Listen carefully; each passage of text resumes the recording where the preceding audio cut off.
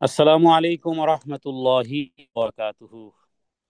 আলহামদুলিল্লাহি ওয়াকাফা ওয়াসসালামুন আলা ইবাদিহিল্লাযীনা ইসতাফা নবিয়্যিনা মুহাম্মাদিন ওয়া আলা আলিহি ওয়া আসহাবিহি আজমাইন ওয়া মান তাবিআহুম বিইহসানিন ইলা ইয়াউমিদ্দিন, আম্মা বা'দ। সম্মানিত মুহতারাম সামিঈন, পৃথিবীর বিভিন্ন জায়গা থেকে যারা অংশগ্রহণ করেছেন, আজকের এই অংশগ্রহণ যেন দ্বীনের খোরাককে সন্নিবেশন করে এবং কুল্লু নাফসিন যায়িকাতুল মাউত, প্রত্যেক প্রাণীকেই মৃত্যুবরণ করতে হবে এবং রবের দিকে প্রত্যাবর্তন করতে হবে।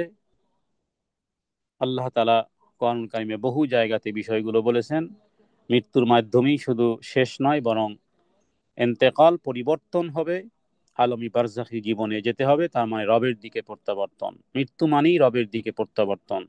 সুম্মা ইলাইনা মারজিউকুম, এরপরে ফানুনাব্বিউকুম, আমি জানিয়ে দেব, বিমা কুনতুম তা'মালুন, যা তোমরা দুনিয়ার জীবদ্দশায় করেছিলে। মানব জীবনে জীবন এবং মৃত্যু এটা অনেক বড় গুরুত্বপূর্ণ একটা ঘটনা। হ্যাঁ, জন্ম হওয়া মানেই মৃত্যু হতে হবে। আর জন্মের পরিবর্তে মৃত্যুর প্রভাব অনেক গভীর, অনেক দীর্ঘস্থায়ী। মৃত্যুর পূর্বে অসুস্থ অবস্থা থেকেই মানুষের এক রকমের মৃত্যুর সাথে আলিঙ্গন।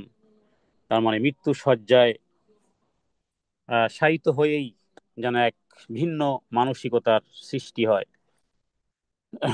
রোগীকে দেখাশোনা করা থেকে শুরু করে আহ, প্রত্যেকটা মুহূর্ত বিভিন্ন কল্পনা জল্পনা, কখনো কখনো বেদনাদায়ক, বা মৃত্যুর ভয় ভয়াবহতা, মৃত্যুর সকল আলামত এবং নিদর্শন সত্ত্বেও আত্মীয় স্বজনরা অসুস্থ ব্যক্তিকে এই পৃথিবী থেকে বিদায় দেওয়ার জন্য মানসিকভাবে কেউ প্রস্তুত থাকে না। অসুস্থ ব্যক্তি নিজেও সে পৃথিবী ছাড়ার জন্য কোনো প্রস্তুত রাখে না। এবং যারা ইতিমধ্যেই মারা গেছেন, তাদের প্রত্যেকের ফ্যামিলির সাথে কথোপকথনে জেনেছি যে সুস্থ ছিলেন, সবকিছুই ঠিকঠাক ছিল, অনেকেই বিছানাধারী ছিলেন না, কিন্তু মুহূর্তের মধ্যেই তিনি আল্লাহ তাআলার ডাকে সাড়া দিয়ে চলে গেছেন। মৃত্যু হওয়ার পরই আসে শোকের পালা। মৃত্যুর বিরহে বেদনা মানুষের আবেগকে বেসামাল করে দেয়। মানুষ কখনো কখনো আমরা দেখি যে জ্ঞান হুঁশ হারিয়ে ফেলে।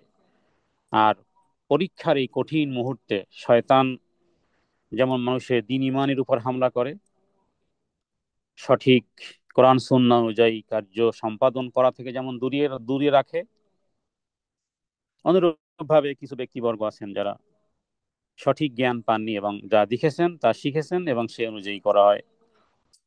বিলাপ করা হয়, মাতম করা হয়, কাপড় ফাটা, চুল ছেঁড়া, বক্ষে আঘাত করা, চেহারায় আঘাত ইত্যাদি থেকে শুরু হয়।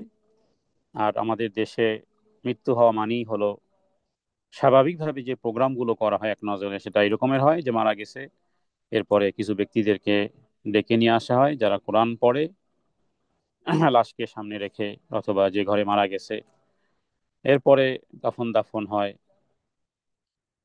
এরপরে তাকে কেন্দ্রিক জমায়েত হওয়া এবং খাবার দাবার প্রোগ্রামগুলো করা, 3 দিনে হোক 40 হোক, যাই হোক, মোটামুটি এগুলোকে মোটামুটি আমরা আমাদের সমাজের দৃষ্টিতে এগুলোকেই ঈসা আলাইহিস সাওয়াব হিসেবে গ্রহণ করা হয়। মনে করা হয় এটাই ঈসা আলাইহিস সাওয়াব, তার কবরে নেকামল পৌঁছে যাচ্ছে। কিন্তু দুঃখের সাথে বলতে হয় যে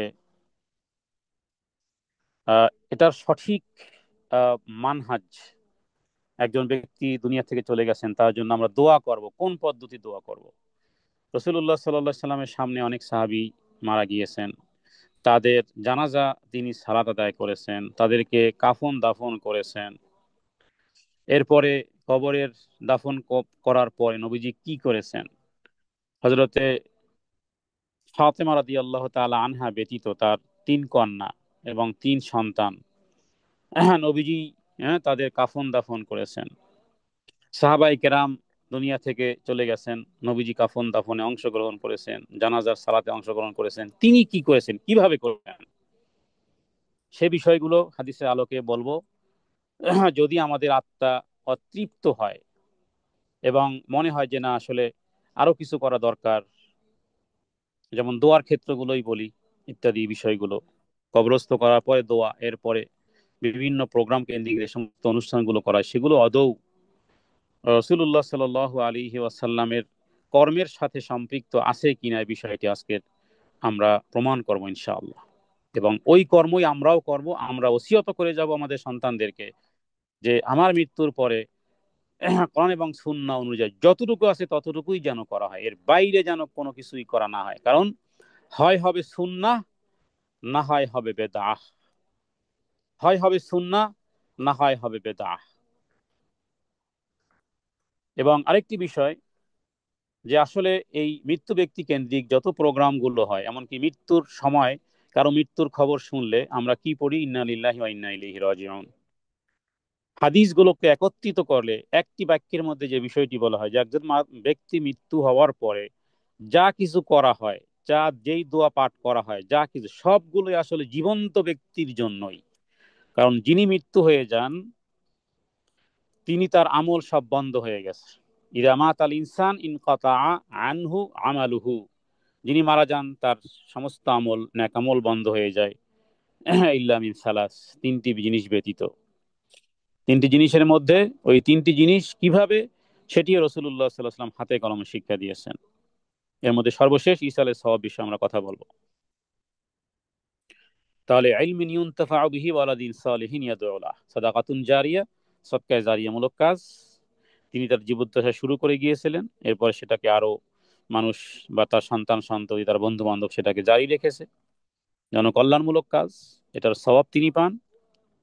উদ্দেশ্য যদি আল্লাহ সন্তুষ্টি হয়, আর বরাবর যদি রাসূলুল্লাহ সাল্লাল্লাহু আলাইহি ওয়াসাল্লামের সুন্নতের পদ্ধতি অনুসরণ করে, দুই ক্যাটাগরি যদি ঠিক থাকে তাহলে সওয়াব হবে, তা না হলে আল্লাহ তাআলা সেটি নস্যাৎ করে দিবেন। আর ইলমে দ্বীন, উপকারী বিদ্যা যদি ডিস্ট্রিবিউশন করে দিয়ে থাকে, আর যদি তার বন্ধু বান্ধব, সন্তান সন্ততি ইত্যাদি তারা যদি ওয়ালাদিন সালেহিন ইয়াদউলা দোয়া করে, সেই দোয়ার কথাই আমরা আজকের সেই দোয়া বিষয় আজকে জানবো, যে মৃত্যু ব্যক্তিদের জন্য দোয়া একটি উপকারী বিষয়, সেটি কিভাবে নবীজি করেছেন। আমরা অনেকেই কোরআন সুন্নাহ থেকে কথা বলে অনেকেই বলেন যে এটা বেদা, ওটা বেদা, এটা বেদা, তাহলে করবোটা কি? কিছুই করা যাবে না বেদাতের জ্বালায়। আল্লাহু আকবার কাবীরা।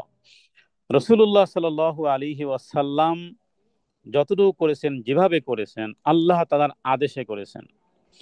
নবীজিরও তার ইচ্ছা অনুযায়ী কিছু করার ক্ষমতা ছিল না, বরং রাসূলুল্লাহ সাল্লাল্লাহু আলাইহি ওয়াসাল্লাম তাই করেছেন, তাই বলেছেন, অমা ইয়ান্তিকু আনিল হাওয়া, যা আল্লাহ তাআলা ওহী করেছেন। অতএব নবীজি ইসালে সওয়াব হিসেবে যেইভাবে করেছেন আমরাও সেইভাবে করব।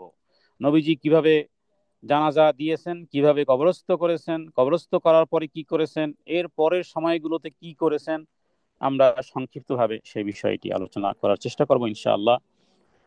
তাহলে প্রথমত, একজন মানুষ মারা গেলে বা কবর জিয়ারতের বিষয়গুলো গোটা কোরআন এবং হাদিসকে একত্রিত করলে সবগুলোই আসলে জীবন্ত ব্যক্তির জন্য। এমনকি কবরস্থানে গিয়ে তাদের জন্য যে দোয়া করা হয়, সেখানেও নিজের কথা, কবর জিয়ারত করো কেন? যাতে করে আখেরাতের স্মরণ হয়। তাহলে এটি কার জন্য? উনি তো চলেই গেছেন দুনিয়া থেকে। তাহলে যিনি কবরের পাশে যাচ্ছেন বা কবর জিয়ারত করতেছেন, তার ফায়দাও রাসূলুল্লাহ সাল্লাল্লাহু আলাইহি ওয়াসাল্লাম এইভাবে উল্লেখ করেছেন, যে যাতে করে আখেরাতের কথা স্মরণ হয়। জানাজার মধ্যে যে সমস্ত দোয়াগুলো করা হয় ইত্যাদি, সবগুলো আসলে একজন জীবন্ত ব্যক্তি তিনি যেন শিক্ষা গ্রহণ করতে পারেন এই বিষয়টি। প্রথমত আমরা মাসআলা হিসেবে বলবো যে যাকে আল্লাহ তাআলা দুনিয়া থেকে নিয়ে গেছেন, যারাই দুনিয়া থেকে চলে গেছে, তাদের জন্য দোয়া করার সময় আমরা প্রথমত আল্লাহ তাআলার প্রশংসা আদায় করবো। এটা স্বাভাবিক, সব দোয়ার ক্ষেত্রে এটি সুন্নাহ বিধান হলো যে আমরা যদি আলহামদুলিল্লাহি রাব্বিল আলামিন বলে দোয়া শুরু করি, মানে আল্লাহুম্মা আমিন বললাম, এরপরে যদি বলি আলহামদুলিল্লাহি রাব্বিল আলামিন, তাহলে আল্লাহর প্রশংসা আদায় হয়ে যায়। এরপরে নবীর উপর যদি দুরূদ পাঠ করতে পারি, যদি বলি আল্লাহুম্মা সাল্লি আলা মুহাম্মদ, তাহলে তাহলে দুরূদ হয়ে গেল। এরপরে গোটা কোরআনুল কারীমের 25 জন নবীর দোয়াকে যদি একত্রিত করা হয়, তাহলে যেই মূল যে জিনিসটি, বিষয়টি বেরোয়, সেটি হলো যে একজন ব্যক্তি আল্লাহর প্রশংসা আদায়, এরপরে দুরূদ পাঠ করার পরে নিজের থেকে দোয়া শুরু করবে, নিজের থেকে দোয়া শুরু শুরু করবে নিজের দোয়া করার পরে রব্বিগ ফিরলি, বা রব্বানা ফির লানা, এরপরে অলি ইখওয়ানিনাল্লাযীনা সাবাকুনা, এরপরে তার ভাই, তার আত্মীয় স্বজন, বাবা মা। তাহলে এখানে একটা বিষয় হলো যে প্রত্যেক ব্যক্তি আমরা দোয়ার মুখাপেক্ষী, কিন্তু আমি আমার দোয়ার মুখাপেক্ষী থাকা সত্ত্বেও যখন আল্লাহর প্রশংসা আদায় করলাম, প্রায়োরিটি দিলাম আল্লাহর প্রশংসাকে, দ্বিতীয় প্রায়োরিটি দিলাম রসুল্লাহ সাল্লাল্লাহু আলাইহি ওয়াসাল্লামকে, এরপরে তৃতীয় পর্যায়ে গিয়ে নিজের কথা বললাম, তাহলে যাকে প্রায়োরিটি দিয়েছি সেই আল্লাহ তাআলা আপনার হাজাতকে, আমাদের হাজাতকে পূর্ণ করবেন। এবং সাহাবায়ে কেরাম এবং কোরআনুল কারীম এইভাবে দোয়া শিক্ষা দিয়েছে। আল্লাহর প্রশংসা আদায় করতে হবে, দ্বিতীয় নবীর দুরূদ, এরপর নিজের থেকে শুরু করতে হবে, এরপরে যারা চলে গেছেন দুনিয়া থেকে, বাবা মা আত্মীয় স্বজন পাড়া প্রতিবেশী, যারা ইমানের নূর নিয়ে যারা দুনিয়ার থেকে চলে গেছেন তাদের জন্য দোয়া করার ব্যাপকতা এইভাবে হবে, জাদু আলাইহিস সালাম থেকে শুরু করে কিয়ামত পর্যন্ত যারা ইমানের নূর নিয়ে চলে যাবে তাদের জন্য দোয়া হয়ে যাবে। তখন সেই দোয়াটি হবে পাওয়ারফুল দোয়া। তাহলে একজন ব্যক্তি দুনিয়া থেকে চলে যাওয়ার পরে, অথবা যারাই দুনিয়া থেকে চলে গেছে, এর আগে যে সমস্ত বিষয়গুলো আমাদের জন্য শিক্ষণীয়, সেটি হলো যে মুমূর্ষু একজন ব্যক্তির এর পাশে প্রত্যেক ব্যক্তি মৃত্যুর কথা স্মরণ করা, আর কোনো ব্যক্তি যখন মারা যাওয়ার আশঙ্কা হয় তখন তার পাশে রাসূলুল্লাহ সাল্লাল্লাহু আলাইহি ওয়াসাল্লাম বলেছেন যে তোমরা তার সামনে কালিমা বেশি করে পড়ো, আশহাদু আল্লা ইলাহা ইল্লাল্লাহ ও আশহাদু আন্না মুহাম্মাদান আবদুহু ওয়া রাসূলুহু। কারণ নবীজি বলেছেন সর্বশেষ যার কথা হবে লা ইলাহা ইল্লাল্লাহ ফাদাখালাল জান্নাহ। আর উত্তম মৃত্যুর জন্য আসলে দুনিয়ার জীবদ্দশা থেকেই আমল করা উচিত। লা ইলাহা ইল্লাল্লাহ ওয়ালা জীবন যেন গঠন হয়। বিধান নবীজি বলেছে মান কারা আখিরু কালামিহি লা ইলাহা ইল্লাল্লাহ দাখালাল জান্নাহ। আমরা আল্লাহ তাআলার কাছে দোয়া করি আল্লাহ তাআলা যেন আমাদেরকে কালিমাতুশ শাহাদা পাঠের মাধ্যমে যেন আমাদের জীবনের সূর্য যেন অস্ত যায়। মুআজ বিন জাবাল রাদিয়াল্লাহু তাআলা আনহু তিনি বলেছেন, আর উত্তম মৃত্যুর ক্ষেত্রে এটাও দোয়া করতে পারি যে আল্লাহ কপালে যেন ঘাম আসে, মৃত্যুর সময় কপালে ঘাম আসা এটা ইমানের একটা নিদর্শন হিসেবে উল্লেখ করা হয়েছে। জুমার দিন মৃত্যু যেন হয়, আল্লাহ তাআলার কাছে সেই দোয়া করা, এবং আল্লাহ তাআলার প্রতি সুধারণা রাখা।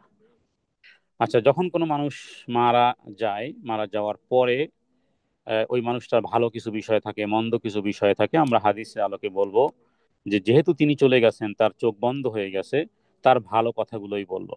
আমাদের সমাজে রাজনৈতিক প্রতিহিংসার কারণে আমরা দেখেছি, অথবা শত্রু মারা গেছে, আজে বাজে কথা বলা হয়, ভালো হয়েছে মারা গেছে। তো মৃত্যু ব্যক্তি সম্পর্কে রাসূলুল্লাহ সাল্লাল্লাহু আলাইহি ওয়াসাল্লাম বলেছেন যে যখন কেউ মারা যায়, ফেরেশতারা রূহ কবজ করে এবং চোখ সেদিকে তাকিয়ে থাকে, মৃত্যুর জন্য তোমরা ভালো কথা বলো, কারণ পরিবারের লোকজনের কথা বা মানুষের কথার উপরে ফেরেশতারা আমিন বলে, মানে আল্লাহ তাআলা চান যে লোকটা যেন পার পেয়ে যায়। কারণ এমন এক জীবন, এমন এক কঠোর জীবন, এমন এক শক্ত জীবন, এমন এক দুঃখের জীবন, দুঃখ শুরু হলে শেষ হয় না, আর সুখও শুরু হলে সুখেরও শেষ হয় না। তো এই কারণে যারা চলে গেছেন তাদের সাথে যদি কোনো রকমের বিষয়গুলো থাকে, আমরা সেগুলো আলোচনা করব না, বরং ভালো কথা আলোচনা করবো, তাদের ভালো কর্মগুলো আমরা আলোচনা করব। এটা একটা সুন্নাহ, ইবনে মাজার মধ্যে বিষয়ে একাধিক হাদিস আছে। আর সেই সাথে সাথে যখনই মৃত্যু হয়, তখন আমরা পড়ি যে দোয়াটা, সেটি আসলে নিজেদের জন্য, ইন্না লিল্লাহি ওয়া ইন্না ইলাইহি রাজিউন, মানে হে আল্লাহ, আমরা আপনার জন্য এবং আপনার দিকেই প্রত্যাবর্তন করব। তো আপনিই বলেন যে এই দোয়ার মধ্যে যিনি মারা গেছেন তার জন্য কি, তার জন্য কিছুই না, বরং এটা কমপ্লিটলি নিজের জন্যই। যে কোনো ব্যক্তি কোনো মুসিবত আসলে তখন বলতে হয় ইন্না লিল্লাহি ওয়া ইন্না ইলাইহি রাজিউন। আর সেই সাথে সাথে এতটুকু কষ্টের সাথে যদি আরেকটু বিষয় আমরা সংযোজন করি হাদিস থেকে, আল্লাহুম্মা আজিনি ফি মুসিবাতি আখলুফ লি খায়রাম মিনহা, যদি এতটুকু কেউ অতিরিক্ত বলতে পারে, তাহলে তার কষ্ট, তার দুঃখ, তার মুসিবত ইত্যাদি এর বিনিময়ে আল্লাহ তাআলা উত্তম থেকে উত্তম প্রতিদান দিবেন। মানুষ মারা গেলে তার চোখ বন্ধ করে দেওয়া, হাত পা সোজা করে দেওয়া, দুনিয়ার জীবনে যতই আমাদের চলন বাঁকা হোক না কেন, মৃত্যুর পরে ঠিকই সব সোজা হয়ে যেতে হয়, সোজা করে দেয়া হয়। মৃত্যুর খবর পৌঁছানোর ব্যাপারে আমরা বলবো যে আমাদের দেশে মাইকিং অথবা বিভিন্ন জায়গাতে করা হয়, বিষয়টি ওলামায়ে কেরামগণ দ্বিমত পোষণ করলো বুখারী মুসলিমের একটি হাদিস থেকে। বোঝা যায় যে মৃত্যুর খবর পৌঁছানোর উদ্দেশ্য থাকবে জানাজায় যাতে করে অংশগ্রহণ করা। রাসূলুল্লাহ সাল্লাল্লাহু আলাইহি ওয়াসাল্লাম মৃত্যুর খবর, নাজ্জাশী মারা গেছে সেই কথায় দূরদেশে কিন্তু নবীজি মদিনাতে তার মৃত্যুর খবর দিয়েছেন। এবং আমরা চেষ্টা করব মৃত্যু ব্যক্তির ভালো কর্মগুলোকে উপস্থাপন করা জানাজার সময়কালে, অথবা কবরস্থ করার পরে কিছু নসিহাত। রাসূলুল্লাহ সাল্লাল্লাহু আলাইহি ওয়াসাল্লাম কোন এক কবরস্থানে গিয়েছেন, জানাজা দিয়েছেন, কবরস্থ করেছেন এবং সেখানে কিছু নসিহত করেছেন। সেই ক্ষেত্রে যে সমস্ত বিষয়গুলো হয় যে আহ, যদি কোনো রকমের কান্নাকাটি করা এবং ইত্যাদি বিষয়গুলো, কান্নাকাটি যেন আওয়াজ করে না হয়। স্বাভাবিকভাবে মৃত্যু ব্যক্তির পরিবার তারা কান্নাকাটি ভালোবাসার বহিঃপ্রকাশ চোখ থেকে যদি বের হয়, সেটি দোষের কিছু নয়। এই কারণে যে রাসূলুল্লাহ সাল্লাল্লাহু আলাইহি ওয়াসাল্লাম তিনি এক সাহাবী ওসমান ইবনে মাযউন সাহাবী মারা যাওয়ার পরে তার কপালে নবীজি চুমু দিয়েছিলেন এবং আহ, তিনি কান্নাও করেছিলেন নবীজি। তবে সেই কান্না শুধুমাত্র ছিল আও ক্বালা আইনানে তাদরিফান, শুধু দু চোখ থেকে পানি ঝরেছিল। তাহলে আমরা ওই কাজগুলোই করব হাদিস থেকে, যে হয় দোয়া হবে, না হয় বেদাত হবে। আর একটা জিনিস হয় যে অতিরিক্ত কোনো কিছু হলে সেটা বিলাপ হয়। বিলাপ, বিলাপ যেটাকে বাংলায় আমরা মাতম বলি। তার মানে মৃত্যু কেন্দ্রিক কবর হওয়ার পরেও তাদের নামে যা কিছু করব বছরের পর বছর, হয় হবে দোয়া শরিয়া মোতাবেক, না হয় হবে বেদাত, না হয় হবে বিলাপ। বিলাপের বিষয়টি আমরা শেষে বলবো, কারণ ইসালে সওয়াবের বিষয়টি আমরা শেষে আলোচনা করব। এক নজরে আমরা এখান থেকে শুরু করলাম যে তাহলে মৃত্যু ব্যক্তি এর উপরে মৃত্যু ব্যক্তিকে চুম্বন করা এবং তাদের জন্য কান্নাকাটি জায়েজ আছে, তবে আওয়াজ করে নয়। এবং রাসূলুল্লাহ সাল্লাল্লাহু আলাইহি সাল্লাম, আনাস ইবনে মালিক বলেছেন যে এক মেয়ে, নবীজির এক মেয়ে দাফনের সময় আমি উপস্থিত ছিলাম, আমি দেখলাম নবীজির চেহারার দিকে তাকিয়ে দেখলাম যে তার চোখ থেকে পানি আহ, বয়ে বয়ে দাড়ি ভিজে পড়তেছে, মানে ফারাআইতু আইনাইহি তাদমান। এটি বুখারীর বর্ণনা, যে আমি দেখলাম যে নবীজির চোখ বেয়ে বেয়ে পানি অঝোর ধারায় ঝরছে, কিন্তু কোনো আওয়াজ করে নয়, কোনো এমন কোনো শব্দ উচ্চারণ করে নয়। তাহলে বিষয়টি যে মৃত্যুর পরে কান্নাকাটির বিষয়টি, এই বিষয়টি বা জানলাম। শোক প্রকাশের ব্যাপারে আমরা হাদিস থেকে দেখি যে শোক প্রকাশ হবে মাত্র 3 দিন। 3 দিন পরে আর কোনো শোক থাকবে না। কারো যদি স্বামী মারা যায় তাহলে তিনি 3 দিন পরে শোক থেকে বের হয়ে যাবেন, তবে শুধুমাত্র 4 মাস 10 দিন তার ইদ্যাত পালন করবেন। তার মানে কোনো সৌন্দর্য অবলম্বন করবেন না, কোনো বিবাহের প্রস্তাব তিনি গ্রহণ করবেন না, বাস এতটুকুই। এই ক্ষেত্রে কোনো বাড়াবাড়ি করা, তারপরে আরো বিভিন্ন রকমের আহ, তার জন্য প্রতিবন্ধকতা করা জায়েজ হবে না। এমনকি আহ, জাফর রাদিয়াল্লাহু তাআলা আনহু নবীজির সাহাবী, তার স্ত্রীও 3 দিন, 3 দিন লোকজনে আসা যাওয়া অনুমতি, 3 দিন পরে এরপরে আর তার কেউ তার শোকের প্রকাশ করা হবে না। তার মানে স্ত্রীর জন্য স্বামীর মৃত্যুতে 4 মাস 10 দিনের চেয়ে বেশি শোক প্রকাশ করা বৈধ নয়। যে ঘরে মারা যাবে সে ঘরে, সেই বাড়িতে আশেপাশে লোকজনের উচিত তাদের জন্য খাবার তৈরি করা। খাবার তৈরি বিষয়টি আমরা কয়েকটি কথা বলবো। যে এক হলো যে মৃত্যু ব্যক্তি কেন্দ্রিক যদি খাবার করা হয়, আরেকটা হলো যে হয়তোবা মৃত্যু ব্যক্তি মারা গেছে শহরে, লাশ দাফন করা হয়েছে গ্রামে, হয়তোবা জানাজায় অংশগ্রহণ করার জন্য বিভিন্ন জায়গা থেকে আত্মীয় স্বজন এসেছে। তো মৃত্যু বাড়িতে তো আগুন জ্বলবে না, বা রান্না বান্না করার কেউ এরকমের থাকবে না আশেপাশ থেকে লোকজন। অথবা কেউ যদি খাবারের ব্যবস্থা করে কাদের জন্য, যারা এসেছেন এই জাতীয় লোকদের, মানে মৃত্যু ব্যক্তি কেন্দ্রিক ইসালে সওয়াবের উদ্দেশ্যে খানা খাওয়ানো হয় এক নিয়াত। আর একটা হলো যে বিভিন্ন জায়গা থেকে একটা কাজে আসতেছেন, যেটা মুসলমানদের দায়িত্ব, ফরজে কেফায়া। হ্যাঁ, জানাজার সালাতে অংশগ্রহণ করা, কাফন দাফন, এটা ফরজে কেফায়া। এবং কেউ যদি করে তার জন্য নবীজি বলেছেন যে 2 কেরাত, 1 কেরাত হলো উহুদ পাহাড় পরিমাণ সমান সওয়াব। অতএব এটা আগ্রহের জায়গা থেকে, এত বিভিন্ন ভালোবাসার জায়গা থেকে, অথবা কেউ যদি সওয়াবের উদ্দেশ্যে, আত্মীয় স্বজন ব্যতীত সওয়াবের উদ্দেশ্যে যদি আসে, তো স্বাভাবিকভাবে খাবার খাদ্য ক্ষুধা লাগবে। তো সেই ক্ষেত্রে যদি তাদের মেহমানদারির জন্য যদি করে তাহলে এটা নিয়ে হার অন্তর্ভুক্ত হবে না। কিন্তু মৃত্যু ব্যক্তি কেন্দ্রিক যদি খাবার ইসালে সওয়াবের নিয়তে হয়, তাহলে সাহাবায়ে কেরামের মধ্যে একজন সাহাবী, মুসনাদে আহমদে বিষয়ে একটি হাদিস রয়েছে, হযরত জাবের ইবনে আব্দুল্লাহ তিনি বলতেন যে আমরা নবীজির সাহাবায়ে কেরামগণ, মানে একজন দুইজনের কথা নয়, আমরা নবীজির সময়কালে গোটা সাহাবায়ে কেরামগণ আমরা মৃত্যু ব্যক্তির বাড়িতে মৃত্যু ব্যক্তি কেন্দ্রিক খাবার খাওয়াকে আমরা নিয়াহার অন্তর্ভুক্ত, মানে মাতমের অন্তর্ভুক্ত মনে করতাম। আগে আমি তিনটি কথা বলেছি, হয় হবে সুন্নাহ, না হয় হবে বেদা, না হয় হবে মাতম, না হয় হবে মাতম। তাহলে মাতম, সাহাবাই কেরাম কি বলেছেন যে মৃত্যু ব্যক্তি কেন্দ্রিক খাবার দাবারের প্রোগ্রামের জন্য একত্রিত হওয়াটাকে আমরা সাহাবাই কেরাম, গোটা সাহাবাই কেরাম আমরা নিয়াহার অন্তর্ভুক্ত মনে করতাম, সাহাবাই কেরাম মনে করতেন এটা। অতএব নিয়ত যদি ভিন্ন হয় তাহলে ভিন্ন কিছু হতে পারে। আর এই মাতমে যারা অংশগ্রহণ করবে এরা যদি তওবা না করে, কিয়ামতের দিন আল্লাহ তাআলা তাদেরকে খাড়া করে গন্ধকের পায়জামা আর খুজলির জামা পরিয়ে দিবেন, মানে জাহান্নামী পোশাক।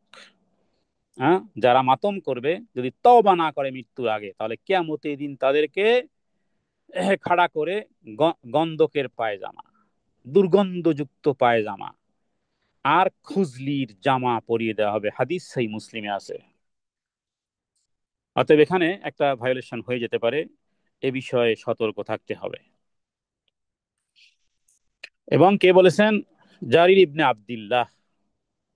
হাদিসটি রয়েছে সহিহ সুনান ইবনে মাজাহ প্রথম খণ্ড হাদিস নম্বর 1308। তাহলে মৃত্যু পরিবারের পক্ষ থেকে ছোট বড় কোনো ধরনের খাবারের জিয়াফাত আয়োজন করা নিষিদ্ধ করলে নিহার অন্তর্ভুক্ত হবে, মাতমের অন্তর্ভুক্ত হবে। কিন্তু দাফন কাফনের জন্য যদি একাধিক লোক জমা হয় ওই সময়কালে, তো অন্য কেউ যদি খাবারের ব্যবস্থা করে, কাদের জন্য? এই এই লোকজন, অনাগত আগত পরিচিত অপরিচিত আত্মীয় স্বজন, এদের খাবার জন্য, কিন্তু মৃত্যু ব্যক্তি কেন্দ্রিক ইসালে সওয়াবের উদ্দেশ্যে নয়, যে খাওয়ালে মৃত্যু ব্যক্তি সওয়াব পাবে না। খাবার যদি দিতেই হয় তাহলে এক কাজ করতে পারেন, যেটি অন্যান্য আলেমদের মুখেও আপনারা শুনেছেন বা জানেন, যে সে খাবারটা যদি দিতেই হয় তাহলে সে খাবারটি গরিব অসহায় মিসকিনরাই খাবে, কারণ এটা সাদাকা। এখান থেকে আপনি বা আপনার আত্মীয় স্বজন এক লোকমাও খাবেন না। অতএব এটি একটি সেন্সিটিভ এবং অনেক বড় একটা ভায়োলেশনের কাছাকাছি একটি কাজ। শোক পালন সংলগ্ন যে সমস্ত কাজ কাজ সুন্নাহ দ্বারা প্রমাণিত হয় না। দেখুন রাসূলুল্লাহ সাল্লাল্লাহু আলাইহি ওয়াসাল্লাম কিভাবে দোয়া করেছেন, আমরা সেই দোয়াগুলোর শব্দগুলো বলবো এবং আমরা সেই দোয়াগুলোও পড়বো এবং নিয়ত রাখবো আমাদের পরিচিত অপরিচিত পৃথিবীর যে যেখানে আছে সকল মুসলিম উম্মার যারা ঈমান নিয়ে চলে গেছে তাদের জন্য দোয়া আমরা করব, আমাদের পরিচিত অপরিচিত সবার জন্যই করব। তার আগে বলি নাই যে শোক পালনের জন্য সম্মিলিতভাবে সম্মিলিতভাবে হাত তুলে দোয়া করা সুন্নাহ দ্বারা প্রমাণিত নয়, নবীজি করেননি, সাহাবায়ে কেরাম করেননি। পরবর্তীকালে কেউ যদি করে সেটা দলিল না, দলিল হলো মা ক্বালা রাসূল, মা ক্বালা আল্লাহ, মা ক্বালা রাসূল, আল্লাহ এবং আল্লাহ রাসূল যা করেছেন ওটার নাম ইসলাম। মক্কার ইমামের কর্মকাণ্ড ইসলাম নয়, কারণ দলিল মক্কার ইমাম নয়। দলিল হলো কোরআন এবং সুন্নাহ, নবীজি যা করেছেন, যা বলেছেন, আল্লাহ তাআলা যা করতে বলেছেন। শোক পালনের জন্য কোনো হাত তুলে দোয়া করা, বিশেষ করে সম্মিলিতভাবে সূরা ফাতিহা পাঠ করা, তারপরে সূরা ইখলাস পাঠ করা, 3 দিনে অধিক মৃত্যুর ঘরে কিংবা কোনো স্থানে বসার ইন্তেজাম করা।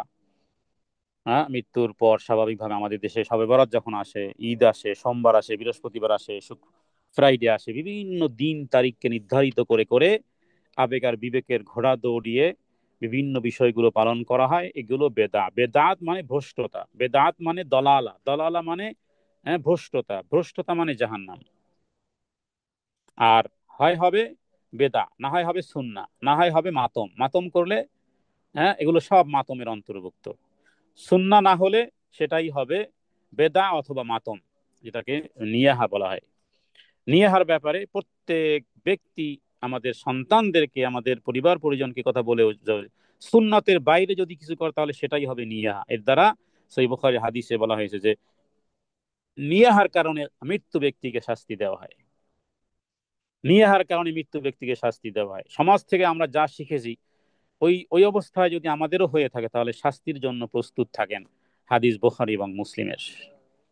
কারণ রাসূলুল্লাহ সাল্লাল্লাহু আলাইহি ওয়াসাল্লামকে আল্লাহ সত্যবাদী বানিয়েই ছাড়বেন। আমি আমার মতন মোল্লা মৌলবী মিথ্যাবাদী হবে যদি অন্য কোনো কিছু বলা হয়। বরং রাসূলুল্লাহ সাল্লাল্লাহু আলাইহি ওয়াসাল্লাম যা করেছেন, যেভাবে করেছেন, সেটাই সুন্নাহ। আর সেই সেই বিষয়গুলো জানতে হবে। এর বাইরে অতিরিক্ত আবেগ আর টাকা পয়সা খরচা করে কোনো লাভ নেই, বরং শাস্তির ব্যবস্থা হবে।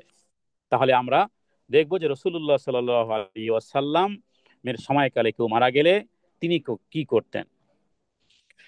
তো মারা গেলে স্বাভাবিকভাবে যে দোয়াটা, সেটাও নিজের জন্য। এরপরে রাসূলুল্লাহ সাল্লাল্লাহু আলাইহি ওয়াসাল্লাম তার মৃত্যু পরিবারের জন্য কি, সে বিষয়ে আমরা আলোচনা করেছি। এরপরে আসে তাকে কাফন কাফন দাফনের বিষয়টি অনেকেই জানে না। যাই হোক, যারা জানে যে পুরুষের জন্য 3 কাপড়, মহিলাদের জন্য 5টি কাপড় ইত্যাদি, সেগুলো আর আলোচনা করব না, বরং এই বিষয়টি মোটামুটি ঠিকঠাক ভাবেই করা হয়। হ্যাঁ, যে সমস্ত বিষয়গুলো করা হয়, যেগুলো অতিরিক্ত করা হয়, সৌদি আরবে ওমরাতে গিয়ে ওই কাপড় কিনে নিয়ে আসে যেখানে কালিমাত তাইয়্যিব লেখা আছে, আহাদনামা লেখা আছে, কোরআনের আয়াত লেখা আছে, বিসমিল্লাহির রহমানির রহিম লেখা আছে, হ্যাঁ, তারপরে ইত্যাদি, এগুলো সুন্নাহ দ্বারা প্রমাণিত নয়। আলাদা কাপড়ে ইত্যাদি নয়, স্বাভাবিক যে কোনো কাপড়, ঝমঝমে পানি দিয়ে কাপড় ধোয়া, তারপরে কি বলে, কোনো বুজুর্গ ব্যক্তির পোশাক কিনে কাপড় তৈরি করা, অথবা অনেকে এহরামের কাপড় কে এটাকে এইভাবে করেন, যদিও কাপড়গুলো ছোট হয়, এগুলো কোনো কিছুই সুন্নাহ দ্বারা প্রমাণিত নয়। বরং স্বাভাবিকভাবেই ওইভাবে কাপড়, যেগুলো স্বাভাবিকভাবে সাধারণ ব্যক্তিদের জন্য যে কাপড়গুলো দেওয়া হয়, 5টি অথবা 3টি, ওইভাবে করবে। জানাজার বিষয় আমরা বলবো। জানাজার আমাদের দেশে অনেক জায়গাতে আমরা দেখি যে মানুষ মারা গেলে তখন আগরবাতি দেয়। আগরবাতি এই কবরের লাশের দেয় কেন? হয়তো বা দুর্গন্ধ আসতে পারে, ইত্যাদি ইত্যাদি। আমরা বলবো যে অন্য কোনো কিছু ব্যবহার করুন, তবু আগরবাতি, আগুন ব্যবহার করা যাবে না। রাসূলুল্লাহ সাল্লাল্লাহু আলাইহি সাল্লাম নিষেধ করেছেন, বলেছেন জানাজার সাথে আগুন এবং উচ্চ স্বর। আমাদের দেশে উচ্চ স্বরও হয়, সবাই কালিমা জোরে জোরে চিৎকার করে করে পড়তে থাকে, কোনো রকমের উচ্চ স্বর হবে না। নবীজি একেবারে নিষেধ করেছেন। আবু দাউদ এবং মুসনাদ আহমদের হাদিসে নবীজি বলেছেন, লা তুতবাউল জানাজাতি বিসাউত ওয়ালা ওয়ালা ওয়ালা নার। উচ্চ আওয়াজ এবং আগুন, আগরবাতি আগুনই, আগরবাতি দিয়ে এই ধূপ দেওয়ার কোনো প্রয়োজনীয়তা নেই, বরং স্প্রে করেন অথবা অন্য কোনো বিষয় করতে পারেন, কর্ফুর বেশি করে দেন, অথবা আহ, কি বলে আপনার আতর ইত্যাদি দিতে পারেন, কিন্তু এই ওগুলো দিবেন না। তাহলে আগুন এবং উচ্চস্বর যেন জানাজার সাথে না থাকে। জানাজার আগে না চলা, জানাজাকে আগে, সবার আগে রাখা, ইত্যাদি বিষয়গুলো সুন্নাহ দ্বারা প্রমাণিত। আর মহিলাদের জন্য জানাজার সাথে যাওয়া না যাওয়া নিয়ে দুটি মত আছে। তারা না যাওয়ার পক্ষে ওলামায়ে কেরামগণ নিষেধ করেছেন, এই কারণে যে তাদের তারা অনেক সময় মাতম করতে পারে বা চিৎকার করে, ওই যে আওয়াজ, উচ্চ আওয়াজ, কান্নার আওয়াজ কন্ট্রোল করতে না পারে, এই কারণে। বাকি হযরতে আতিয়া, উম্মে আতিয়া, তিনি বলেছেন যে আমাদেরকে জানাজার পিছনে যেতে নিষেধ করা হয়েছে, কিন্তু তার জন্য তাকিদ করা হয়নি। এই কারণেই আসলে, এই কারণে বলা হয় যে উত্তম নয়। বাকি যদি কেউ, কোনো মহিলা যেতে চায়, যেতে পারবে, কারণ ওইখানে ওইভাবে কঠোরভাবে নিষেধ করা হয়নি। বাকি হলো যে জানাজা হওয়ার পরে, জানাজা যতক্ষণ পর্যন্ত না হয় ততক্ষণ পর্যন্ত জমিনে বসাও নিষিদ্ধ। জানাজাকে, জানাজার উপরে যে সমস্ত কাজগুলো করা হয় আমাদের দেশে, বিভিন্ন নকশি চাদর বা কোনো ফুল ইত্যাদি, বা কবরকে সুসজ্জিত করা ইত্যাদি বিভিন্ন রকমের, এবং ভিন্ন ভিন্ন অনেক কিছু মনে করা হয়, সেগুলো কোনো হাদিস দ্বারা প্রমাণিত নয়। স্বাভাবিকভাবে বাকিউল গারকাদে আপনারা দেখেছেন কবরগুলো কিভাবে, আমির হোক ফকির হোক, 2 টুকরো, শুধু কবরের একটু চিহ্ন রাখা, পায়ের কাছে 1 টুকরো পাথর, মাথার কাছে 1 টুকরো পাথর। কবরগুলো এইভাবেই হওয়া উচিত। যদি আমাদের দেশে শিয়াল অথবা বিভিন্ন ভাবে হালকা করে বেড়া দেওয়া যেতে পারে, কিন্তু পাক্কা করা যাবে না। তাহলে এই হলো জানাজার বিষয় আমরা উল্লেখ করলাম। এ বিষয়ে মোটামুটি আলহামদুলিল্লাহ। এখানে বলবো যে জানাজার মধ্যে যে দোয়াগুলো করা হয়, ওই দোয়াগুলোই মূলত আসলে সব সময় করতে পারি। শুধু নিয়তের, শুধু নিয়তকে, জানাজার সালাত যখন আদায় করা, তখন ওই সুনির্দিষ্ট মাইয়াতের জন্য এই দোয়াগুলো করা হয়। বাকি পরবর্তীকালে আমরা, বা রাসূলুল্লাহ সাল্লাল্লাহু আলাইহি ওয়াসাল্লাম পরবর্তীকালে সাহাবীদের শানে এভাবে করে দোয়ার প্রোগ্রাম কেন্দ্রিক অথবা কোন রকমের কি করেছেন, সে বিষয়টি আমরা আজকে আলোচনার শেষের অংশে এসে পৌঁছেছি। নবীজি দোয়া করতে, এবং আমরাও ওই কথাগুলোই বলবো। যদি পারি আরবিতে বলবো, না পারলে বাংলাতে বলবো। সেটি হলো আল্লাহুম্মা গফিরহু, হে আল্লাহ আপনি তাকে ক্ষমা করেন, অরহামহু, তার উপর রহম করেন। এই দুটি কথা এত পাওয়ারফুল যে এর মধ্যে সব আছে। আপনি কি বলতে চান, একজন মৃত্যু ব্যক্তির জন্য আপনি কি বলতে চান, কতক্ষণ বলতে চান, এ কথাই বারবার বলুন, আল্লাহুম্মা গফিরহু অরহামহু, অথবা আল্লাহুম্মা গফির লাহু অরহামহু। যদি এই এই দুই কথার মধ্যেই, এই দুই কথার মধ্যেই আছে অনেক কিছু। যে হে আল্লাহ, আপনি বাংলাতে বলুন, হে আল্লাহ আপনি তাকে ক্ষমা করুন। যদি কারো সুনির্দিষ্ট কারোর জন্য দোয়া করতে চান, তার নাম মনে মনে রাখুন, যে হে আল্লাহ, আপনি নাম ধরে বলতে পারেন, হে আল্লাহ আপনি তাকে ক্ষমা করেন, তার উপর রহম করেন। এর চেয়ে শ্রেষ্ঠ উপহার উপটৌকন মৃত্যু ব্যক্তিদের জন্য আর কিছুই নেই। জানাজার সালাতের যে দোয়াগুলো আছে এর মধ্যে এই শব্দগুলো আছে, ওয়াফিহি ওয়াফু আনহু ওয়াকরিম নুজুলাহু ইত্যাদি যেগুলো আছে, কিন্তু মূল মূল বিষয় ওটাই, যে হে আল্লাহ আপনি তাকে ক্ষমা করেন এবং তার উপরে রহম করেন। কবরগুলোকে দাফনের দাফনের বিষয়ে আমরা বলবো যে ছোট্ট ছোট্ট বিষয় অনেক সময় মনে থাকে না। কবরে লাশ নামানোর ক্ষেত্রে কিন্তু পায়ের দিকটা আগে নামাতে হবে, তারপরে মাথা। এভাবেই এটাই সুন্নাহ, লাশকে পায়ের দিক থেকে কবরে রাখতে হয়। ছোট ছোট মাসালাগুলো অনেক সময় আহ, বিপদ মুহূর্তকালে আমাদের মনে থাকে না। দ্বিতীয় বিষয় হলো যে স্বামী আর স্ত্রীর বিষয়টি যদি তাদের মধ্যে সম্পর্ক থাকে, এই সম্পর্ক জান্নাত পর্যন্ত পৌঁছবে। স্বামী মারা গেলে স্ত্রী তার গোসল দিতে পারবে, স্ত্রী মারা গেলে স্বামী গোসল দিতে পারবে। হ্যাঁ, নবীজি হযরতে আয়েশা সিদ্দিকা রাদিয়াল্লাহু তাআলা আনহার দিকেই তাকিয়ে বলেছেন, তুমি যদি আমার আগে মারা যেতে, তাহলে আমি আমি তোমার গোসল এবং জানাজা কাফন দাফন করতাম। তো স্বামী স্ত্রীর স্বামী তার স্ত্রীর লাশ কবরে রাখতে পারবে। অনুরূপভাবে তাদের সম্পর্ক নষ্ট যদি হয়, তাহলে ইদ্দাত পালন করবে কার?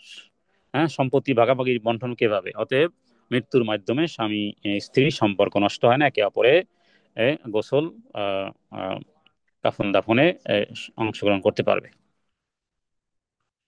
শুধুমাত্র আমরা কবরগুলোকে কোনো রকমের মৃত্যুর তারিখ, নাম ইত্যাদি কোনো কিছু লেখা অবৈধ। রাসূলুল্লাহ সাল্লাল্লাহু আলাইহি ওয়াসাল্লাম নিষেধ করেছেন। নবীজি যদি নিষেধ করে থাকেন আর আপনি যদি সেটা করেন, তাহলে যুদ্ধে জড়ালেন নবীজির সাথে, আল্লাহ এবং আল্লাহ রাসূলের সাথে যুদ্ধে জড়ালেন। এই জন্য আমরা বলবো যে যতটুকু আছে অতটুকুই করেন, ওর মধ্যেই সন্তুষ্টি, ওর মধ্যেই শান্তি। নাসাইতে এবং সেই মুসলিমে, বুখারী মুসলিমে কিতাবুল জানায়েজ অধ্যায়গুলো আছে, কত প্রত্যেকটা হাদিসের জানায়েজ অধ্যায় আছে। আমি সেই জানায়েজ অধ্যায় থেকেই দেখে দেখে পড়তেছি। বুখারী মুসলিম আবু দাউদ তিরমিজি নাসাই, এগুলো প্রত্যেকটি জানাজার অধ্যায় আমার সামনে উপস্থাপন আছে। প্রত্যেকটি দলিল চাইলে আমি দিতে পারবো।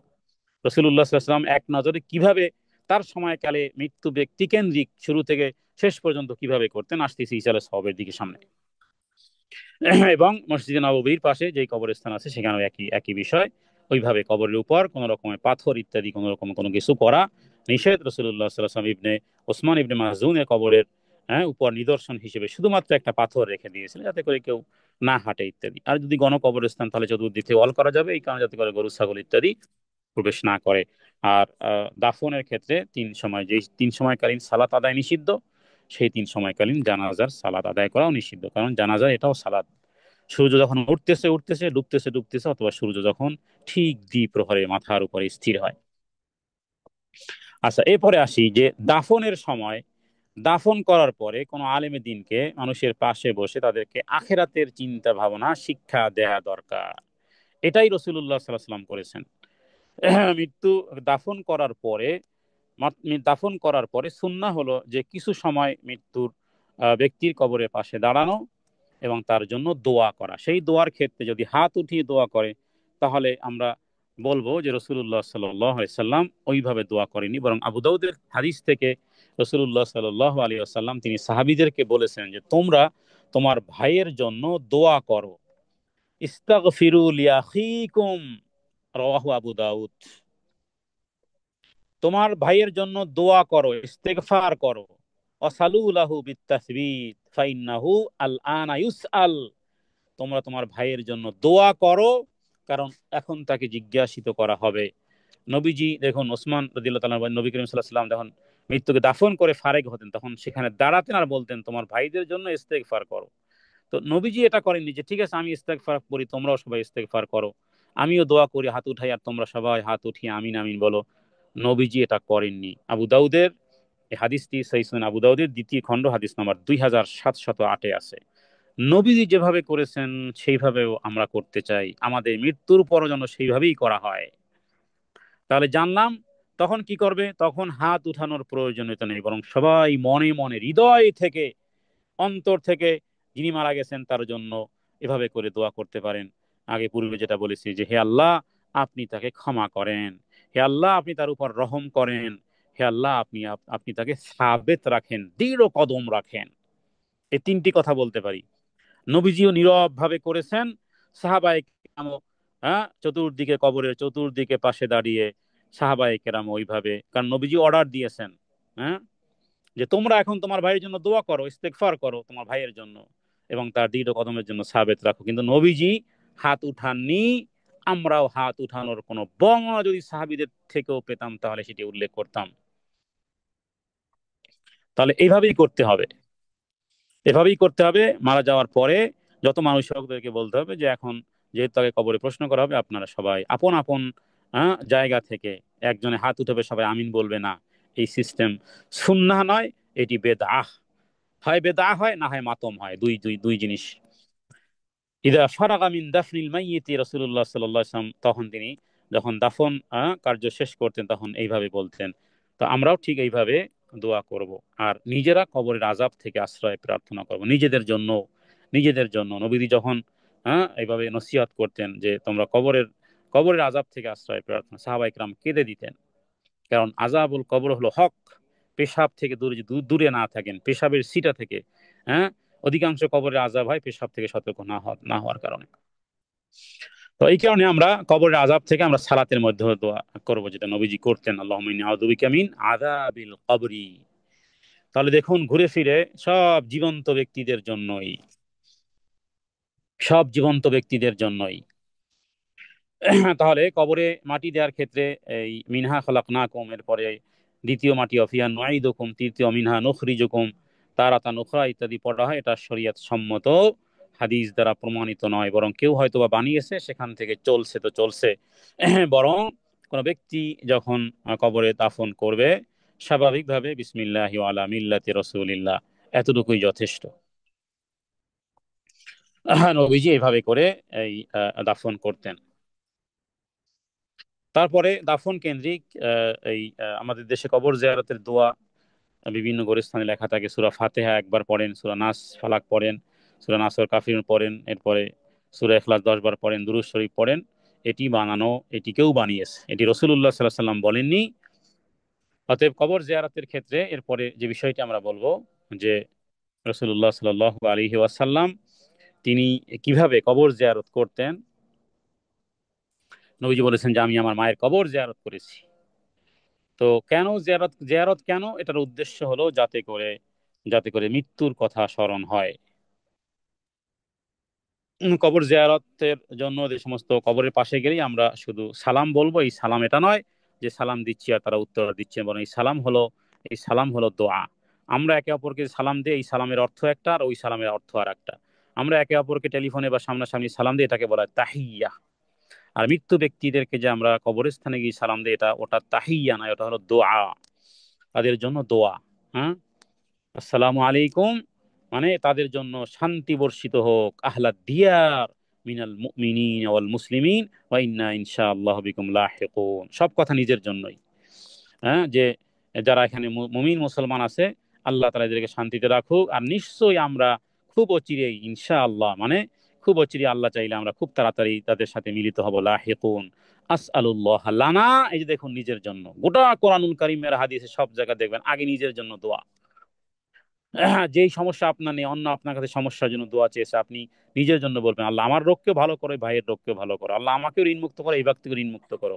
যে যেই দোয়া চাইবে সেই দোয়া নিজেকেও শামিল করবেন। আসআলুল্লাহ লানা ওয়া লাকুমুল আফিয়া, নিজের জন্য দোয়া, হে আল্লাহ আপনি আমাদের কে মাফ করে দেন, নিরাপত্তা দেন। আর তাদেরকে ওয়ালাকুমুল আফিয়া, তাদেরও নিরাপত্তা প্রার্থনা করতেছি আপনার কাছে। আরেকটি বিষয় হলো যে যদি কেউ আপনারা একাকী কবর জিয়ারত করেন, মা বাবা অথবা অন্য কাউ, তাহলে হাত উঠিয়ে দোয়া করতে পারেন। এই বিষয়ে হাদিস পাওয়া যায় একাকী। কিন্তু নবীজির সাথে যখনই কোনো সাহাবী থাকতো তখন নবীজি হাত উঠাতেন না, কারণ নবীজি হাত উঠালে তো সাহাবীও হাত উঠাবে, সম্মিলিত হবে। কিন্তু হাদিস থেকে পাওয়া যায় রাসূলুল্লাহ সাল্লাল্লাহু আলাইহি ওয়াসাল্লাম তিনি যে বাকিউল গারকাত, যেটাকে আমরা আহ, জান্নাতুল বাকি বলি ইত্যাদি, বাকিউল গারকাতে নবীজি কখনো যেতেন এবং তিনি হাত তুলে প্রার্থনা করতেন। এটি তার নিজস্ব একান্ত একক ব্যক্তি। বাকিউল গারকাতে নবীজি সেখানে যেতেন এবং দুহাত উঠিয়ে দোয়া করতেন। কিন্তু সেই দোয়াকে নবীজি যেভাবে করেছেন, কখনোই নবীজি গোটা সাহাবা একরামকে সঙ্গে নিয়ে যে চলো আজকের জুমার পরে সবাই যাই, হ্যাঁ, আবু বকর কি বলে এই অন্যান্য যারা মাজউন রাদিয়াল্লাহু তাআলা আনহু বা ফাতেমা অন্যান্য রাসূলুল্লাহ সাল্লাল্লাহু আলাইহি ওয়াসাল্লামের যে ছেলেরা মারা গেছেন, চলো ইব্রাহিমের কবরের কাছে গিয়ে সবাই দোয়া করি হাত উঠিয়ে, না, নবী যেটা করেননি। কিন্তু যখন একাকী যেতেন তখন তিনি কাবার দিকে মুখ করে, কবরের দিকে না ফিরে বরং কাবার দিকে মুখ করে তিনি দোয়া করতেন। তাহলে আমরাও কখনো একাকী গেলে হাত তুলে মোনাজাত করতে পারি, যে দোয়াই হোক না কেন। বাকি যদি একাধিক লোক থাকি তাহলে আর সম্মিলিত মোনাজাতের কোনো ওয়ে, কোনো এক্সেস, কোনো পারমিশন, কোনো অনুমতি অনুমোদন একটি দৃশ্য হাদিস থেকে পাওয়া যায় না।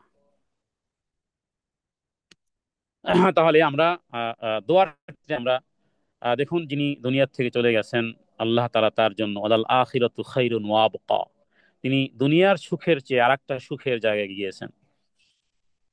তো যেই দোয়াগুলো ওইভাবে করা যায়, বা যেই যে সমস্ত দোয়াগুলো রাসূলুল্লাহ সাল্লাল্লাহু আলাইহি ওয়াসাল্লাম নিজের জন্য করতেন, তার মধ্যে এটাও যে তিনি যে দোয়াটি করতেন, হাদিসে বর্ণিত বিভিন্ন দোয়ার মধ্যে সুন্দর একটি দোয়া।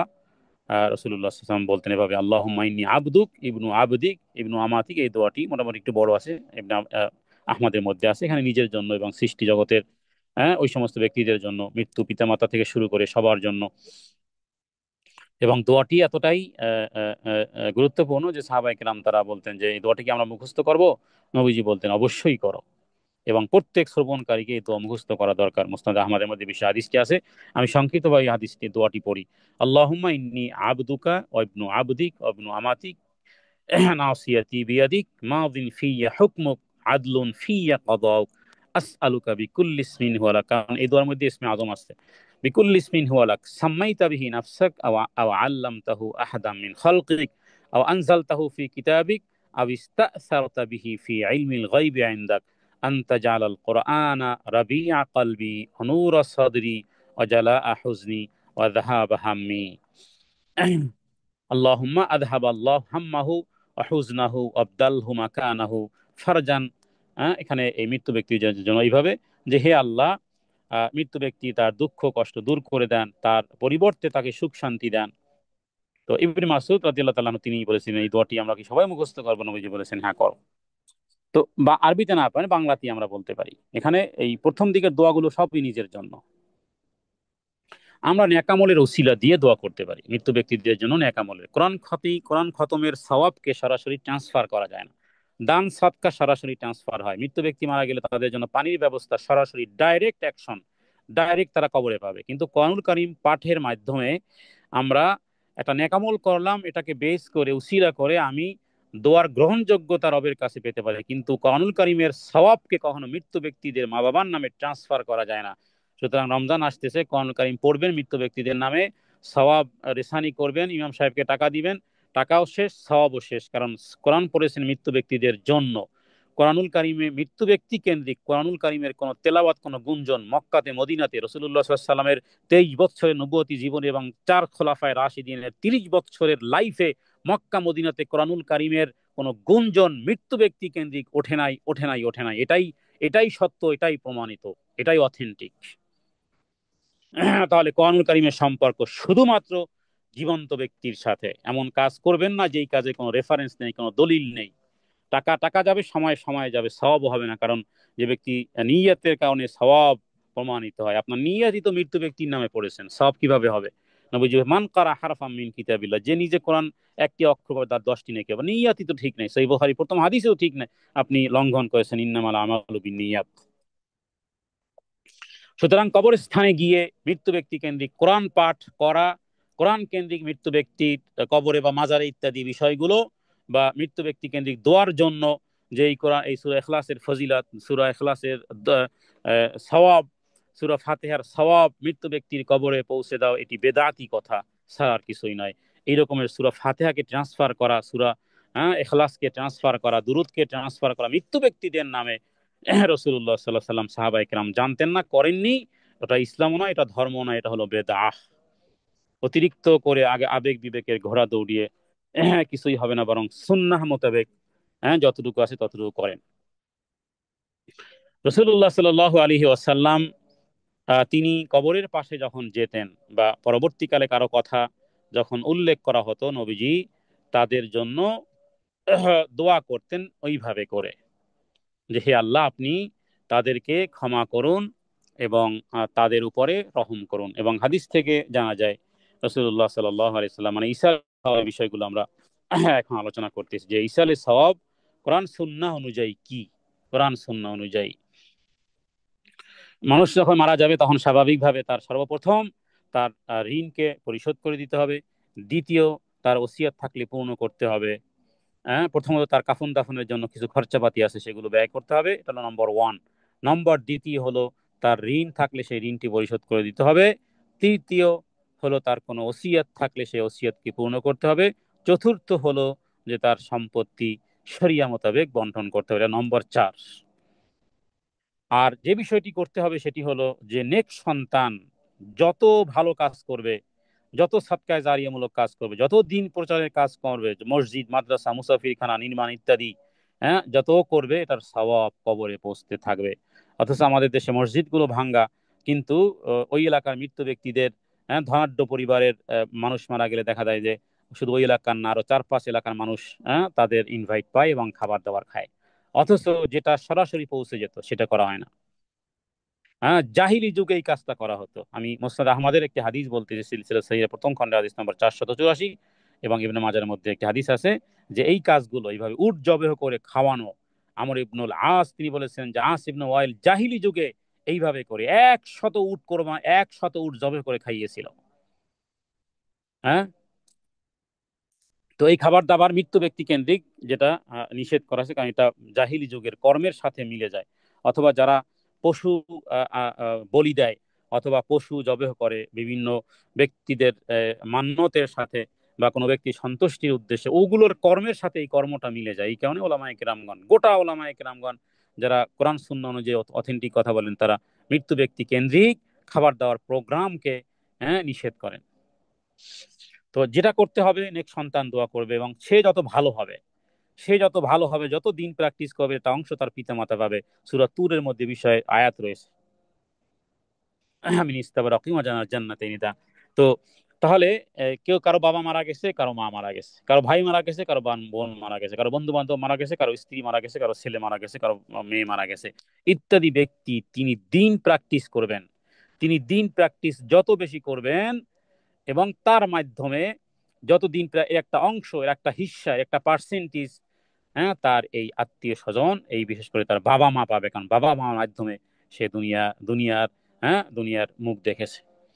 নেক্সট সন্তান যখন দোয়া করবে ইত্যাদি, তাহলে আমরা বলবো যে এই ওয়েটা ব্যবহার করা উচিত। দোয়া রব্বির হামহুমা কামা রব্বায়ানি সগীরা, বহুত বড় দোয়া। মানুষ মারা গেলে তার আমল সব বন্ধ হয়ে যায়, ক্লোজ হয়ে যায়। এই ইসলামের জ্ঞান যা মানুষের উপকার আসে এই রকমের কাজ, সদকায়ে জারিয়ামূলক জনকল্যাণমূলক কাজ, আর নেক সন্তান, বন্ধু বান্ধব যদি দোয়া করে সেটাও সে কবরে পায়। হ্যাঁ, বন্ধু বান্ধব যদি কেউ দোয়া করে, মনে করে যে আল্লাহ অমুক ব্যক্তি সাথে আমার সম্পর্ক ছিল, আল্লাহ আমি তার জন্য দোয়া করি, এতটুকুই যথেষ্ট। এটা যে কত বড় বিষয়, কারণ বলেছেন কার কাছে? রবের কাছে। যে রব সামিয়া, যে রব বাসির, বিশাল কিছু করতে হবে না। নবীজি বলেছেন, হ্যাঁ, যে যে ব্যক্তি কবরে মারা গেছে তার দৃষ্টান্ত হলো ডুবন্ত ব্যক্তির মতন, ওই ফরিয়াদকারী নেয় যে সেও পিতা মাতা ভাই বন্ধু দোয়ার অপেক্ষায় থাকে। যখন সে দোয়া পায় তখন তার কাছে পৃথিবী সবকিছু থেকে বেশি প্রিয় মনে হয়। নিশ্চয় পৃথিবীবাসীর দোয়ার কারণে কবরবাসীকে আল্লাহ তাআলা পাহাড় পরিমাণ সওয়াব দান করেন। সুতরাং জীবিতদের পক্ষ থেকে মৃত্যু ব্যক্তির জন্য সর্বোত্তম তোহফা হলো তার জন্য ক্ষমা প্রার্থনাকে ইস্তেগফার। কিন্তু সেই ইস্তেগফার কিভাবে করবেন? নিজের আবেগ বিবেকের মতো মিলিয়ে নয়, হুজুরকে হাদিয়ে তোহফা দিয়ে তার মতো করে নয়, বরং রাসূলুল্লাহ সাল্লাল্লাহু আলাইহি ওয়াসাল্লাম এককভাবে কবরস্থানে গেলেও এককভাবে হাত উঠিয়ে দোয়া করেছেন, এককভাবে আপনি, হ্যাঁ, দোয়া করেন। সম্মিলিতভাবে হাত তুলে নয়, সম্মিলিতভাবে যদি প্রোগ্রাম হয় তাহলে সেই ক্ষেত্রে দোয়ার একটা পদ্ধতি হলো, যেটা আমরা করব আজকে, সেটি হলো যে আমরা মৃত্যু ব্যক্তির জন্য দোয়া করব। আমিও হাত উঠাবো না, আপনারাও হাত উঠাবেন না, আপনারাও শুধু আমিন আমিন বলবেন। আমি শেষের দিকে 1-2 মিনিটের মধ্যে সে বিষয়টি করব, আমরা আলোচনা শেষের দিকে। তাহলে আমরা শুরু থেকে শেষ পর্যন্ত যেন সহি সুন্নাহ মোতাবেক জীবিতদের পক্ষ থেকে মৃত্যুদের জন্য উত্তম উপহার, শ্রেষ্ঠ উপহার হলো হে আল্লাহ তাকে ক্ষমা করেন। বাস একটা কথার উপরে থাকেন, একটা কথা, ইস্তেগফার, মানে হে আল্লাহ আপনি ক্ষমা করেন। রাসূলুল্লাহ সাল্লাল্লাহু আলাইহি ওয়াসাল্লাম তিনি বাকিউল গারকাদে গিয়ে হযরত আয়েশা সিদ্দিকা রাদিয়াল্লাহু তাআলা আনহা থেকে অনেকগুলো হাদিস রয়েছে সেখানে, জীবিতদের মৃত্যু ব্যক্তিদের জন্য অনেক উপকারী, যে হে আল্লাহ আপনি ক্ষমা করেন, তার উপর রহম করেন। ক্ষমা এবং রহম এই দুটি শব্দকে আপনি সালাতের মধ্যেও রাখতে পারেন। শেষ বৈঠকে সালাম ফিরানোর আগে আপনি শুধু নিয়ত রাখবেন, নিয়ত রাখবেন যে আমার অমুক অমুক ব্যক্তি থেকে শুরু করে যারাই মারা গেছে আল্লাহ তাদেরকে আপনি ক্ষমা করেন, তাদের উপর আপনি রহম করেন। আল্লাহুম্মা গফিরহু ওয়ারহামহু। আর যদি নিজেকে সহ বলেন তাহলে তো আরো বেশি বেটার, আল্লাহুম্মা গফির লানা ওয়ারহামনা।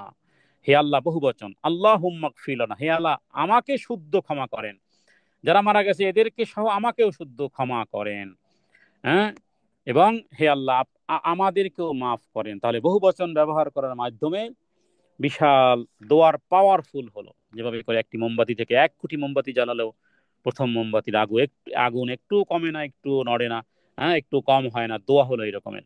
যত ব্যক্তি মৃত্যু ব্যক্তির কর্জ থাকলে আপনারা জানেন যে এটা অনেক বড়, নবীজি জানাজার সালাত আদায় করতেন না। সন্তানদের খোঁজা উচিত মা বাবার ভাই বন্ধু বান্ধব কার কার ঋণ আছে, ঋণ পরিশোধ যদি না করেন তাহলে রুহু লটকে থাকে। রাসূলুল্লাহ সাল্লাল্লাহু আলাইহি ওয়াসাল্লাম জানাজার সালাত আদায় করতেন না। এক আনসারী সাহাবীর জানাজা নিয়ে আসার নবীজিকে ইমামতি করার জন্য, নবীজি স্টিল আসেন দুনিয়াতে। নবীজি কি বললেন শুনুন। নবীজি বলেছেন, ফাকাল নবী সাল্লাল্লাহু আলাইহি ওয়াসাল্লাম সাল্লু আলা সাহিবিকুম, তোমরা পড়ো আমি পড়বো না। সাল্লু, তোমরা পড়ো, তোমরা জানাজার সালাত আদায় করো, আমি পড়বো না। কেন? তার উপর করজ রয়েছে। ফাইন্না আলাইহি দাইনান, তার উপর দাইন রয়েছে। আবু কাতাদা সাহাবী, নরম দিলের সাহাবী, বললেন, ইয়া রাসূলুল্লাহ জানাজা আপনি পড়ান, আমি ঋণ পরিশোধ করব। এরপরে নবীজি পড়ালেন। তাহলে এই এই জন্য আমরা বলবো যে মৃত্যু ব্যক্তিদের জন্য তাদের উপর হজ ফরজ হয়ে থাকলে হজ করুন। অনেকেরই হজ ফরজ হয়ে আছে, সারা পৃথিবী ঘোরেন, সারা পৃথিবী ভ্রমণ করেন, কিন্তু আল্লাহর কাবা ঘরের দিকে যাওয়ার তৌফিক আপনার হয় না। হজ করতে হবে। হজ যদি তৌফিক না হয় অন্ততপক্ষে 1.5 লক্ষ টাকা দিয়ে ওমরা করতে হবে। এটাও প্রত্যেক ব্যক্তির জন্য একটা অবধারিতর কাছাকাছি বিষয়, যে আল্লাহ আপনাকে ওই তৌফিক দেয়নি, এতটুকু তৌফিক দিয়েছে। 1,30,40,000 টাকা কার কাছে না আছে? অতটুকু যদি আপনার অ্যাবিলিটি জমা থাকে তাহলে আপনি আল্লাহর ঘরের দিকে, আল্লাহর সাথে ব্যবসা করার জন্য, মানুষ কত দেশে যায়, বিভিন্ন দেশে চায়না যায়, কত কত বিধর্মী রাষ্ট্রে ব্যবসার জন্য যায়। আপনি আখেরাতের ব্যবসা করার জন্য মক্কার দিকে রওনা দিবেন, কাবা ঘরের দিকে, যেখানে আল্লাহ সন্নিবেশন ঘটিয়েছেন সমস্ত নবীদেরকে, সেখানে যাবেন আপনি।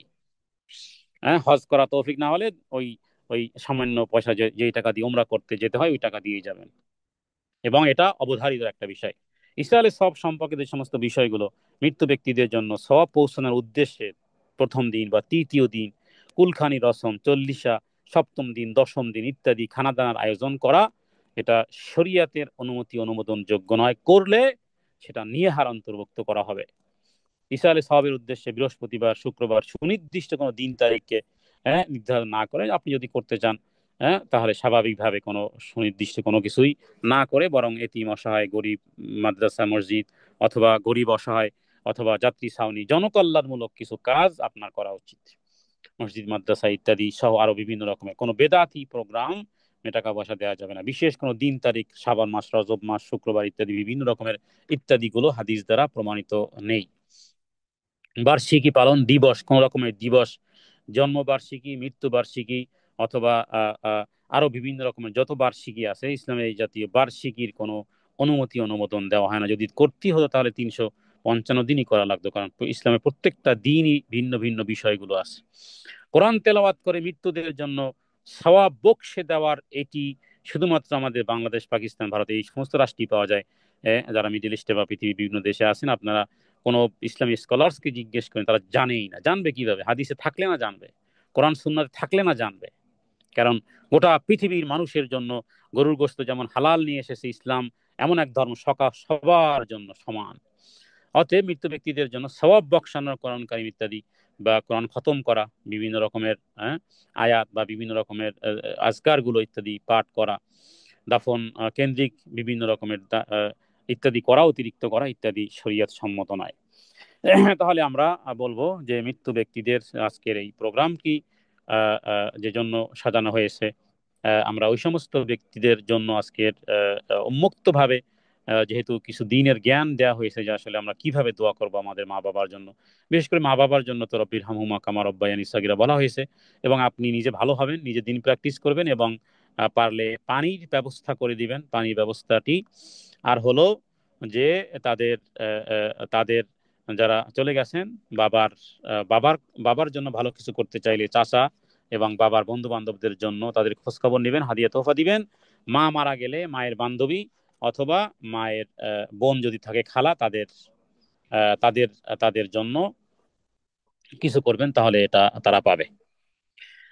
তাহলে আমরা আবারও আসি যে যারা দুনিয়া থেকে চলে গেছেন তাদের সকলের জন্য, এবং আমরা আমাদের পরিচিত অপরিচিত, আমাদের আত্মীয় স্বজন, পাড়া প্রতিবেশী, দেশবাসী, ইমানের নূর নিয়ে যারা চলে গেছেন, একটি দোয়ার মাধ্যমে সবাইকে শামিল করা যায়। দোয়াটি হলো এই রকমের: রব্বানা গফির লানা ওয়ালি ইখওয়ানিনা আল্লাযীনা সাবাকুনা বিল ঈমান ওয়ালা তাজআল ফি কুলুবিনা গিল্লাল লিল্লাযীনা আমানু রব্বানা ইন্নাকা রাউফুর রহিম। এটি সূরা হাশরের আয়াত। এই দোয়ার মাধ্যমে আল্লাহ তাআলা দোয়া শিখিয়েছেন যারা চলে গেছে দুনিয়া থেকে, চাই ভাই হোক, চাই বাবা হোক, চাই মা হোক, চাই আত্মীয় স্বজন, বন্ধু বান্ধব, হ্যাঁ, হৃদয়ের কলিজার টুকরা কেউ যদি দুনিয়া থেকে চলে যায়, তাদের জন্য এই কোরআনুল কারিমে শিখানো এই দোয়ার মাধ্যমে সবার জন্য দোয়া পৌঁছে যাবে। এবং একটি হাদিসে বলা হয়েছে, যেই পরিমাণ লোক দুনিয়া থেকে ঈমান নিয়ে চলে গেছে, যেহেতু ঈমানদারদের জন্যই দোয়া অ্যালাউ, বেঈমানদের জন্য দোয়া নবীরও অ্যালাউ নয়। অর্থাৎ ঈমান নিয়ে যারা চলে গেছে সবার জন্য দোয়া পৌঁছে যাবে কবরে, এবং ওই পরিমাণ সওয়াব আপনি আল্লাহ তাআলা আপনার আমল নামাতে লিখে দিবেন। তবে দোয়াগুলো আমরা অর্থ সহ বোঝা উচিত যে, হে আল্লাহ, আল্লাহুম্মা গফির লানা, হে আল্লাহ, রব্বানা গফির লানা, হে প্রভু, হে আমার দয়াময় প্রভু, আপনি আমাদেরকে ক্ষমা করে দেন। ওয়ালি ইখওয়ানিনাল্লাযীনা সাবাকুন, এবং ঈমানের নূর নিয়ে যারা দুনিয়া থেকে চলে গেছে, হ্যাঁ, ওই সমস্ত ভাইদেরকে, এখানে দ্বীনি ভাই, এখানে দ্বীনি, দ্বীনি ভাই, দ্বীনের উখুওয়িয়ত, সাবাকুনা বিল ঈমান, ঈমানের ভিত্তিতে ভাই, ঈমানদার মুসলিম, আল মুসলিম আখুল মুসলিম, এক মুসলিম আর এক মুসলমানের ভাই।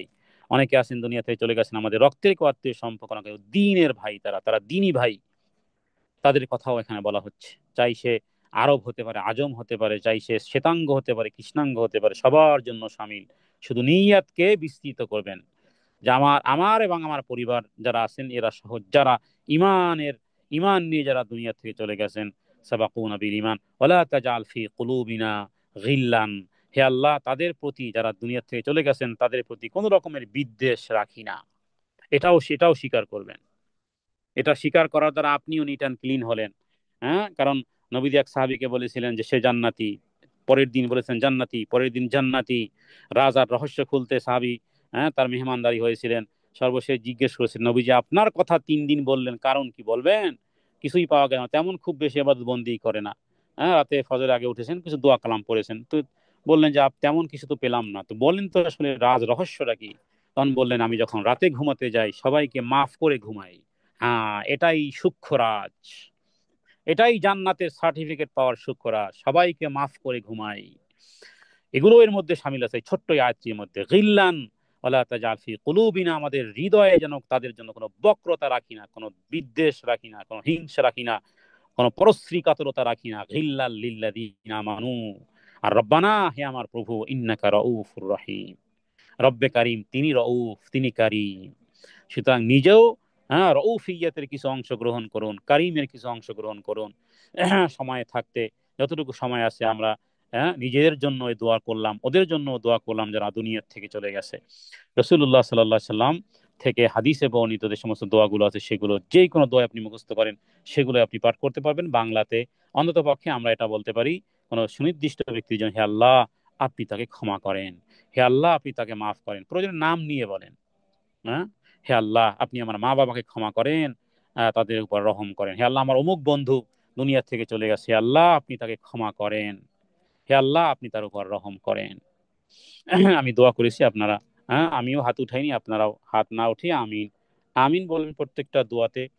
মূলত হাদিস থেকে যতটুকু পেয়েছি ততটুকুই বলেছি। যদি সম্মিলিত সুরে সুরে, কণ্ঠে কণ্ঠে যদি কোনো পেতাম, তাহলে সেটুকুই বলতাম।